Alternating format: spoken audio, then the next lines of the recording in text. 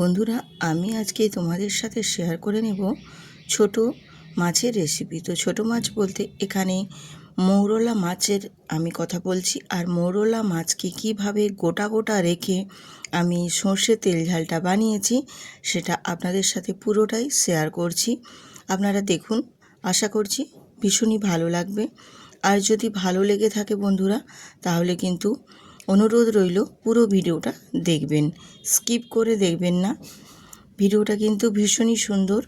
আর এই রকম বড় বড় যদি মৌরলা মাছের রেসিপি হয়, সেক্ষেত্রে কিন্তু একেবারে একটি অসাধারণ রেসিপি আপনাদের সাথে শেয়ার করছি।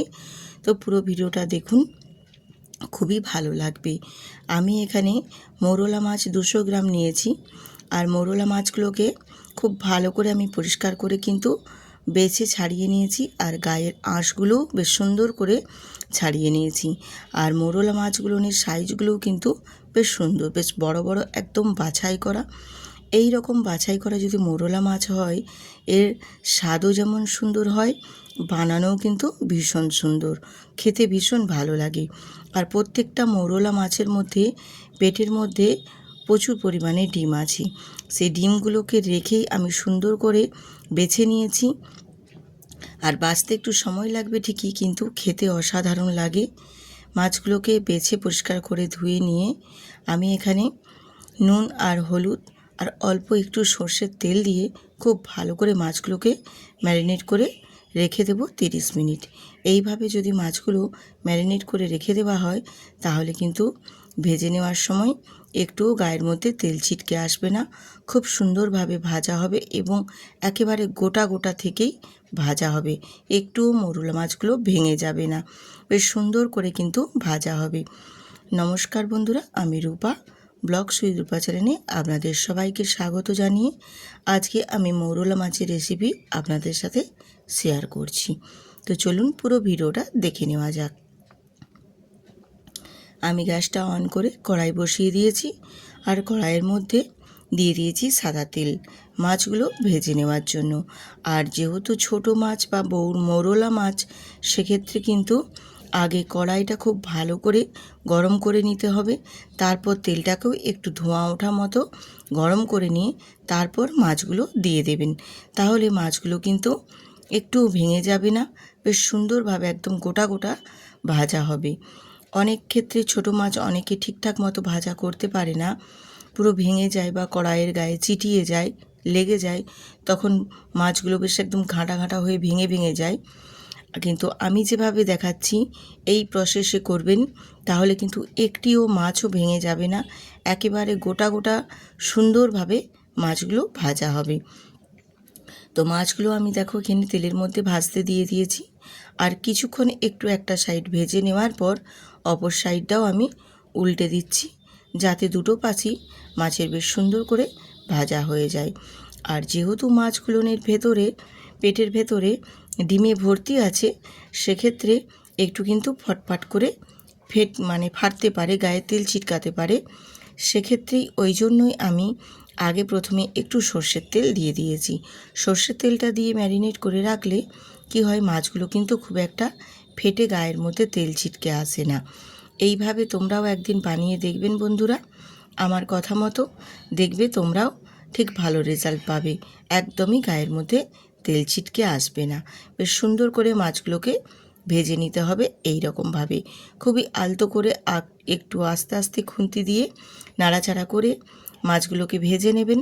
দেখবেন একটির গায়ে একটি জড়িয়েও যাবে না, আর একটা মাছও ভেঙে যাবে না, সুন্দরভাবে মাছগুলো ভাজা হয়ে যাবে।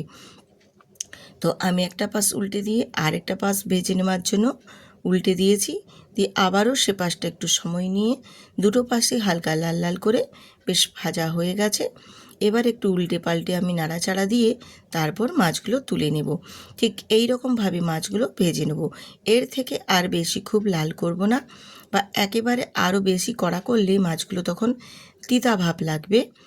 ওই জন্য আর খুব বেশি আমি লাল করে ভাজবো না, ঠিক এই রকমভাবে ভেজে তুলে নেব। মাছগুলো খেতে কিন্তু ভীষণ টেস্ট ছিল। আর এই রকম ছোট মাছের পেটের মধ্যে ডিম থাকলে সেই মৌরলা মাছের টেস্ট কিন্তু ভীষণই সুন্দর হয়, অসাধারণ লাগে খেতে। একবার হলেও বন্ধুরা এইভাবে বানিয়ে দেখবেন, খেতে ভীষণ ভালো লাগে। তো বাকি যে মাছগুলো আছে আমি সেই মাছগুলো ভেজে নিচ্ছি, কারণ 200 গ্রাম মাছ ছিল, সেই জন্য আমার একেবারে ভাজাটা আমি করে নিইনি, দুবারে ভেজে নিয়েছি। সেক্ষেত্রে কি বলো তো, মাছগুলো কিন্তু ভাঙবেও না, বেশ সুন্দরভাবে ভাজা হয়ে যাবে। তো আমি বাকি মাছগুলো দিয়ে আবারও ঠিক একই প্রসেসে একই রকমভাবে মাছগুলো ভেজে নিচ্ছি, ভেজে আমি তুলে নেব। আর আমি যেভাবে মাছগুলো ভাজছি এই রকমভাবে ভেজে নিলে একটি মাছও কিন্তু ভাঙবে না, বেশ সুন্দরভাবে গোটা গোটা ভাজা হয়ে যাবে। এবারে ওই তেলের মধ্যেই আমি লম্বা লম্বা সরু সরু করে কেটে একটা আলু দিয়ে দিয়েছি, বড় সাইজের আলু। আর আলুটা আমি অফ ক্যামেরায় কেটে নিয়েছিলাম, সে আলুটাই এখানে আমি দিয়ে তেলের মধ্যে ভেজে নিচ্ছি। তো আমি কিন্তু আর এখানে এক্সট্রা করে কোনো তেল দেব না। তোমরা যদি বেশি পরিমাণে একটু তেল দিয়ে রান্না করতে চাও সেক্ষেত্রে আর একটু এখানে তেল ব্যবহার করতে পারো, কিন্তু আমি এখানে আর তেল দেব না, এই তেলের মধ্যেই আমি রান্নাটা কমপ্লিট করব। আর আলুগুলোর সাথে এখানে আমি দিয়ে দিলাম স্বাদ মতো নুন। নুন দিয়ে আলুগুলোকে একটু নাড়াচাড়া করে আমি ভেজে নেব, হালকা একটু লালচে লালচে করে। তো এইভাবে আলুগুলোকেও একটু নুন দিয়ে নাড়াচাড়া দিয়ে ভেজে নিয়েছি। এবারে এখানে আমি একটা বড় সাইজের পেঁয়াজের কুচো দিয়ে দেব।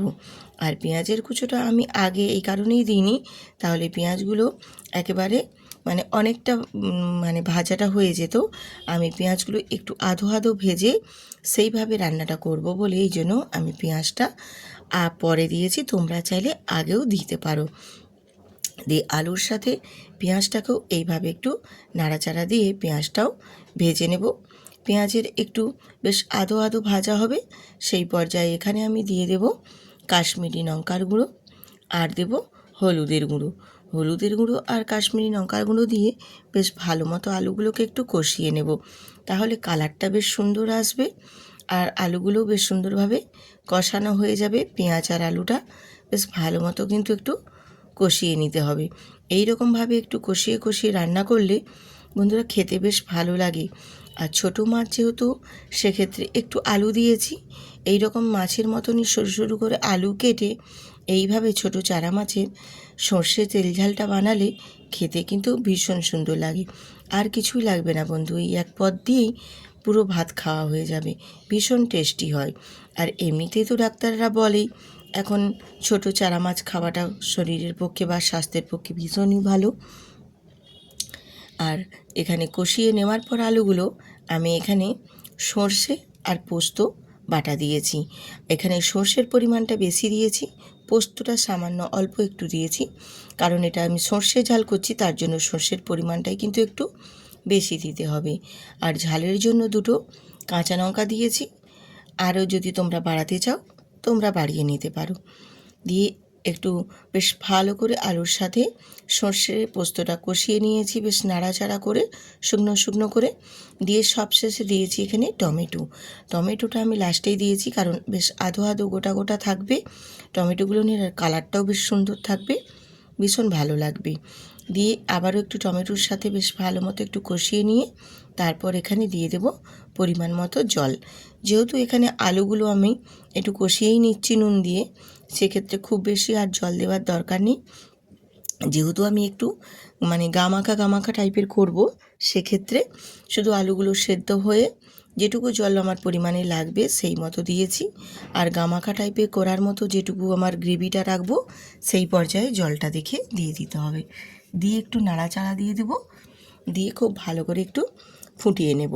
এইভাবে করলে টমেটোগুলো দেখছো বেশ গোটা গোটা আছে, ভীষণ ভালো লাগবে। যখন টমেটোগুলো মুখে পড়বে মাছ আর আলুর সাথে, খেতে বেশ ভালো লাগবে। দিয়ে মাছ ঝালটা দেখো বেশ ভালো মতো ফুটে উঠেছে। এবারে আমি ভেজে রাখা মাছগুলো সব দিয়ে দেব।